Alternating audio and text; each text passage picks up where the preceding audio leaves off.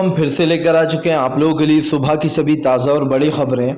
एक एक कर आपको सारी खबरों की जानकारी देंगे आज देश दुनिया में क्या कुछ हो रहा है। दरअसल दोस्तों, सबसे पहली जो बिग ब्रेकिंग न्यूज़ आ रही, किसान नेता राकेश टिकैत का मोदी सरकार के ऊपर बड़ा हमला, बोले 2024 तक पूरा देश बिक जाएगा। जी हाँ, अगर किसानों को नंबर देना होगा तो मोदी सरकार को 10 में से 0 देगा। इसके बारे में आपको विस्तार से बताएंगे। वहीं पर दोस्तों आपको बता दो तो जी हाँ, रावण की जगह मोदी सरकार, अमित शाह और खट्टर के पुतले जलाए जाएंगे। जी हाँ, बड़ा ऐलान कर दिया किसानों ने, बोले ये रावण से कम नहीं है खट्टर और ये लोग। इसके बारे में भी आपको विस्तार से बताएंगे। वहीं पर दोस्तों अगली बिग ब्रेकिंग में हम आपको बताएंगे, जी हाँ, मनमोहन सिंह साहब की तबीयत खराब होने से राहुल गांधी को काफी दुख पहुंचा, जिसके बाद आपको बता दें अब मनमोहन सिंह साहब की तबीयत काफी ठीक हो गई है। इसके बारे में भी आपको बताएंगे। वहीं पर दोस्तों बीएसएफ के जवानों की, जी हाँ दोस्तों, आपको बता दें उनकी जिस तरीके से उनकी पावर बढ़ा दी गई है, इसको लेकर अब जगह जगह आंदोलन हो रहा है। क्योंकि दोस्तों आप समझ सकते हैं मोदी सरकार कैसे ईडी, एनआई और जो यहाँ पर सीबीआई का दुरुपयोग करती है, और अब इसीलिए उसने बीएसएफ के जवानों की सुविधाएं बढ़ा दी ताकि वो दूसरों के राज्यों में मुंडी डालकर दोस्तों वहां के लोगों की तलाशी ले सके। समझिए दोस्तों ये खेल कहां जा रहा है, इसके बारे में भी आपको विस्तार से बताएंगे। वहीं पर अगली बिग ब्रेकिंग में हम आपको बताएंगे दोस्तों, वरुण गांधी का मोदी सरकार के ऊपर बड़ा हमला किया। अटल वाजपेयी का वीडियो वायरल, बोले फिलहाल ऐसे थे अटल जी, आज भारतीय जनता पार्टी लोगों को जानबूझकर, जी जानबूझकर फंसा रही है और किसानों को मार रही है। इसके बारे में आपको विस्तार से बताएंगे। वहीं पर दोस्तों किंग खान के बेटे, जी आर्यन खान के साथ खेली जा रही है सियासत। क्या आर्यन खान दोस्तों आतंकवादी है? क्या आर्यन खान ने बहुत बड़ा गुनाह या जुर्म कर दिया जो अभी तक उसको बेल नहीं दी जा रही है? दोस्तों महुआ मोहित्रा ने तो कोर्ट पर ही अब सवाल खड़े कर दिए, और उठना भी चाहिए भाई, क्योंकि अब कोर्ट पर से भी लोगों का विश्वास उठने लगा। इसके बारे में भी आपको विस्तार से बताएंगे। वहीं पर दोस्तों अगली बिग ब्रेकिंग में हम आपको बताएंगे दोस्तों, मोदी को हराने के लिए, योगी और मोदी को हराने के लिए चाचा शिवपाल और अखिलेश आएंगे साथ, भारतीय जनता पार्टी के खिलाफ फूकेंगे बिगुल। इसके बारे में भी आपको विस्तार से बताएंगे। वहीं पर दोस्तों अशोक गहलोत भड़के, बोले बीजेपी अब बेवकूफी कर रही है। जी हाँ, बीजेपी अब बेवकूफी कर रही है, यहाँ क्या लेने आ रही है। दरअसल दोस्तों आपको बता दें, थानपुर की घटना को लखीमपुरी घटना जोड़ा जा रहा है। हाँ, इसको लेकर बड़ी बातें बोल दी है गहलोत साहब ने। इसके बारे में भी आपको विस्तार से बताएंगे। वहीं पर दोस्तों अगली बिग ब्रेकिंग में हम आपको बताएंगे, जी दरअसल दोस्तों आपको बता दें अब एक बार फिर से जो यहाँ पर राहुल गांधी करने जा रहा है आंदोलन। जी दरअसल आपको बता दें राहुल गांधी का कहना है कि प्रदर्शन होगा जोरों से, अगर अजय मिश्रा को तत्काल में इस्तीफा नहीं दिलाया गया तो आंदोलन करेंगे किसान के साथ साथ कांग्रेसी भी। इसके बारे में आपको विस्तार से बताएंगे।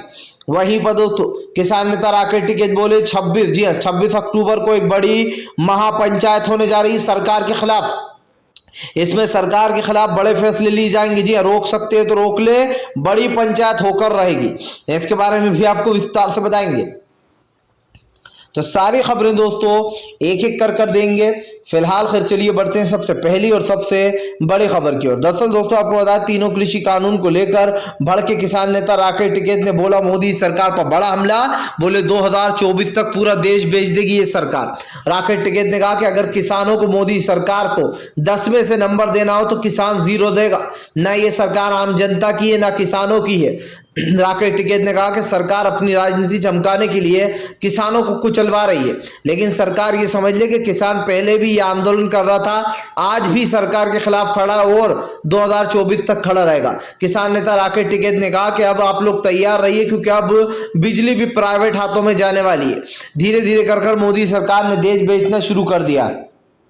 राकेश टिकैत ने कहा कि 2024 तक अगर ये सरकार रही तो 2024 तक ये सब कुछ बेच डालेगी, फिर दोस्तों किसी के हाथ में कुछ नहीं रह जाएगा। ये सरकार तो दोस्तों हाथ ऊंचा खड़ा कर देगी।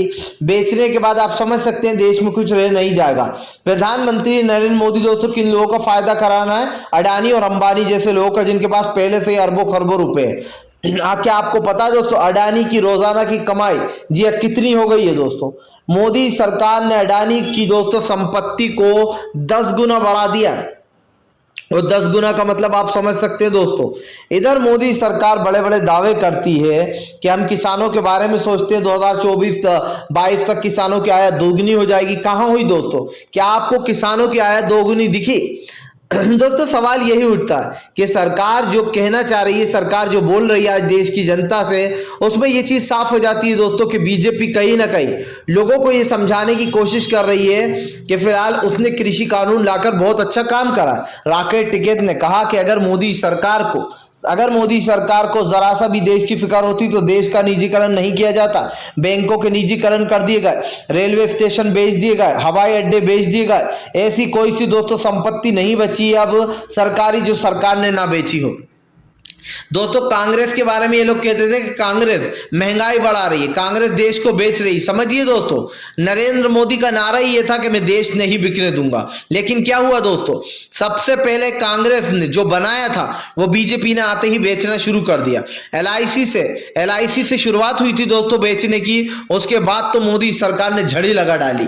चाहे वो बैंक हो, बैंकों के निजीकरण किए गए, चाहे वो रेलवे स्टेशन हो दोस्तों, हवाई अड्डे हो, बस अड्डे हो, पाइपलाइन हो, सबका मोदी सरकार ने एक सलूशन ढूंढ लिया था और वो ये था दोस्तों कि फिलहाल सब कुछ बेचो वाली नीति अपनाओ। साफ दिखाई दे रहा है कि सरकार की राजनीति किस ओर जा रही है फिलहाल। खैर चलिए हम बढ़ते दोस्तों एक और अगली बिग ब्रेकिंग की तरफ। बता दोस्तों अगली जो बड़ी खबर निकल कर आ रही है, दरअसल दोस्तों आपको बता दें अखिलेश यादव शिवपाल आए साथ, खोला बीजेपी के खिलाफ मोर्चा। दरअसल दोस्तों आपको बता दें इन दिनों जो यहाँ पर बीजेपी लगातार किसानों के घेरे में पहले से ही गिरी थी। अब अखिलेश यादव और चाचा शिवपाल ने भी जो यहाँ पर बिगुल फूंक दिया। आपको बता दोस्तों शिवपाल और अखिलेश साथ में आ चुके हैं, जिसके बाद अखिलेश यादव का कहना है कि फिलहाल इस बार भारतीय जनता पार्टी के खिलाफ कड़ी लड़ाई है। अखिलेश यादव ने कहा कि ये लड़ाई सिर्फ समाजवादी पार्टी या भाजपा की नहीं है, ये लड़ाई सच और झूठ की है। ये लड़ाई उन सभी राज्यों के लोगों के लिए है जो आज इस उत्तर प्रदेश में रहने के बाद योगी आदित्यनाथ की सरकार की नीतियों से प्रताड़ित हो चुके हैं। अखिलेश यादव ने कहा मस्जिद और मंदिर पर बात करने वाले किसानों के ऊपर गाड़ियां चढ़ा देते, इनके बुलडोजर का कंट्रोल इनके हाथ में ही रहता। योगी आदित्यनाथ एक बुलडोजर अपने साथ लेकर घूमते, जिसका रुख वो तय करते हैं कि वो किस पर चलेगा और किस पर नहीं। अखिलेश यादव ने कहा कि इस बार बुलडोजर तो होगा, लेकिन उसका स्टीयरिंग जो है वो जनता के हाथ में होगा। उसके बाद जनता डिसाइड करेगी कि किस पर बुलडोजर चलाना है और किस पर बुलडोजर नहीं चलाना। अखिलेश यादव ने कहा कि 2022 भारतीय जनता पार्टी के लिए उत्तर प्रदेश की आखिरी सुबह है। जी हाँ, अखिलेश यादव ने बताया कि फिलहाल पूरे उत्तर प्रदेश की जनता समाजवादी पार्टी के साथ है। उधर दूसरी तरफ दोस्तों आपको बता दें एक तरफ अखिलेश यादव है तो दूसरी तरफ शिवपाल जी ने भी ऐलान कर दिया कि फिलहाल वो अपने भतीजे अखिलेश यादव को वोट देंगे। चाचा शिवपाल का साफ कहना है कि फिलहाल वो अखिलेश यादव के समर्थन में, और ये समर्थन लगातार बढ़ता ही चला जा रहा है। मैं आपको बताता चलूं दोस्तों, भारतीय जनता पार्टी जो ये बताने में जुटी हुई थी कि उसकी राजनीति कहां जा रही है, अब दोस्तों कुछ और ही मामला चल रहा है। बीजेपी ने बहुत कोशिश करी लोगों को ये समझाने की, ये बताने की कि वो जो भी कर रही है वो सही कर रही है, लेकिन दोस्तों यकीन मानिए बीजेपी को बहुत ही बड़ा जो है यहाँ पर इसमें वो लगने वाला है, क्योंकि साफ दिखाई दे रहा है झटका कि बीजेपी की इन काली नीतियों के खिलाफ लोगों ने पहले से ही मोर्चा खोल रखा है, क्योंकि इस बार उत्तर प्रदेश में अखिलेश की सरकार फिलहाल। खैर चलिए हम बढ़ते हैं दोस्तों एक और अगली बिग ब्रेकिंग की तरफ। बता दोस्तों अगली जो बड़ी खबर निकल कर आ रही है, दरअसल दोस्तों आपको बता दें अब की बार जो है दोस्तों रावण की जगह खट्टर, मोदी और शाह के पुतले फूके जाएंगे। किसानों ने किया बड़ा ऐलान। दरअसल दोस्तों आपको बता दें उत्तर प्रदेश की सियासत इस दिनों गर्म हो गई है। अब हरियाणा में दोस्तों आपको बता दें खट्टर के पुतले जलाने की जो है यहाँ पर तैयारी शुरू कर दी गई है। दरअसल दोस्तों दशहरा आने वाला है और दशहरे पे आपको पता ही होगा रावण का दहन किया जाता है, लेकिन अब के दोस्तों किसानों ने बड़ा ऐलान किया कि अब की बार खट्टर का पुतला जलाएंगे, मोदी का पुतला जलाएंगे और अमित शाह का भी पुतला जलाएंगे। जब किसानों से पूछा गया तो किसानों ने बताया कि खट्टर भी किसी रावण से कम नहीं है, सबसे पहले उसने ही शुरुआत की थी और खट्टर ने किसानों के सर फोड़वा दिए थे। और दोस्तों ये आप भी जानते हैं हरियाणा में किस तरीके से एक किसान की जान चली गई थी, जिसके बाद राकेश टिकैत ने यहाँ आकर धरना दे दिया था और मामला काफी आगे तक पहुंच गया था। साफ दिखाई दे रहा है दोस्तों उत्तर प्रदेश की सियासत इन दिनों गर्म होती जा रही है, और गर्म इसलिए होती जा रही है उत्तर प्रदेश की सियासत क्योंकि भारतीय जनता पार्टी एक चीज दोस्तों अच्छे से जान चुकी है कि फिलहाल वो इस राजनीति में कहीं पर भी फिट नहीं बैठ रही है। बीजेपी दोस्तों ये बताने की कोशिश कर रही है लोगों को कि देखो भैया, देखो हम किस तरीके से जो है यहाँ पर अपना सब कुछ ठीक चला रहा है, लेकिन बीजेपी ने सबसे बड़ी गलती ये कर दी कि एनआरसी के बाद कृषि कानून ले आई। पहले एनआरसी का बवाल हुआ, उसके बाद कृषि कानून आ गए डायरेक्ट, उसके बाद किसानों ने समझा दिया मोदी सरकार को कि अगर इधर पंगा लिया जाएगा तो इधर मामला भारी पड़ जाएगा, क्योंकि इन किसानों को बैठे हुए 1 साल हो चुका है दोस्तों, और 1 साल कम नहीं होता, ये आप भी जानते हैं। इसीलिए दोस्तों अब की बार रावण की जगह 3 रावणों का दहन होने वाला है, और ये साफ साफ किसानों ने बोल दिया। फिलहाल खैर चलिए हम बढ़ते हैं दोस्तों एक और अगली बिग ब्रेकिंग की तरफ। बता दोस्तों अगली जो बड़े खबर निकल के आ रही, वरुण गांधी ने किया दोस्तों अटल वाजपेयी का वीडियो शेयर, बोले ये है असली, जी हाँ ये है असली शेयर बीजेपी के, जिन्होंने कभी भी ना दोस्तों दुर्भाषा का यूज किया दोस्तों अटल जी ने, ना ही किसी के बारे में कुछ बुरा बोला। दोस्तों बीजेपी की पार्टी पहले भी थी, और दोस्तों बीजेपी की तारीफ भी हुआ करती थी। दोस्तों सोचिए अटल जी को लोग कितना पसंद किया करते थे उस जमाने में, हालांकि हमने भी ये बातें सुनी है, लेकिन दोस्तों अटल जी को लोग इतना पसंद किया करते थे उस दौर में कि अटल जी दोस्तों सोनिया गांधी तक की तारीफ किया करते थे, और वो बोलते थे कि मुझे बुरा लगता है जब सोनिया गांधी को बार डांसर बोला जाता है, मैं अपनी पार्टी के लोगों को रोकता हूं लेकिन वो लोग मानते नहीं है। ये होती है दोस्तों राजनीति।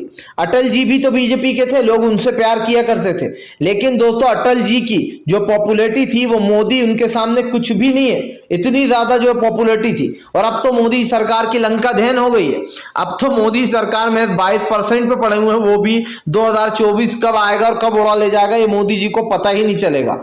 और यही बात है दोस्तों जो वरुण गांधी ने कहा कि फिलहाल आज देश के किसानों को रौंदा जा रहा है, आम जनता को डराया जा रहा है, और ये बीजेपी कर रही है। वरुण गांधी ने पार्टी से निकलते ही बीजेपी के खिलाफ मोर्चा खोल डाला है। साफ कहना है वरुण गांधी का कि सच्चाई के साथ चलते रहेंगे, जब तक सच है तो सच के साथ चलेंगे।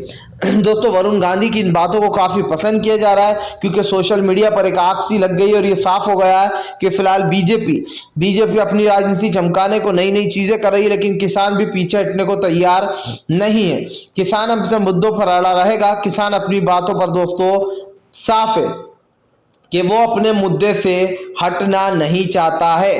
तो दोस्तों ये बात तो साफ हो जाती है कि फिलहाल अब की बार बीजेपी को बड़ा झटका लगने वाला है। फिलहाल खैर चलिए हम बढ़ते हैं दोस्तों एक और अगली बिग ब्रेकिंग की तरफ। बता दोस्तों अगली जो बड़ी खबर निकल कर आ रही है, दरअसल दोस्तों आपको बता 300 किलो ड्रग्स निकली तो उसको दबा दिया गया, लेकिन दोस्तों शाहरुख खान किंग खान के बेटे को आज भी बेल नहीं मिली। इसका क्या कारण था दोस्तों, जो शाहरुख खान के बेटे को कल भी बेल नहीं दी गई दोस्तों, और अब मामला जो है आपको बता दूं दोस्तों रावण का दहन होने के बाद होगा। जी हाँ, यानी कि दोस्तों यहां पर सियासत देखिए कि नरेंद्र मोदी किस तरीके से शाहरुख खान से बदला निकाल रहा है। यह हमारा कहना नहीं है दोस्तों, ये कहना है टीएमसी की महुआ मोहित्रा का। दरअसल दोस्तों टीएमसी के साथ शाहरुख खान के जो रिश्ते हैं वो हमेशा से काफी अच्छे रहे, और यही बात है जो मोदी सरकार ने हमेशा 2 खानों को टारगेट किया। हालांकि सलमान खान की तो मोदी सरकार से अच्छी खासी दोस्ती है, उन्होंने पतंग उड़ाई थी और उसके बाद ही मोदी सीएम बन गए थे सलमान के सपोर्ट के बाद। लेकिन शाहरुख खान दोस्तों बेसिकली बीजेपी को सपोर्ट नहीं करते, ना ही आमिर खान करते।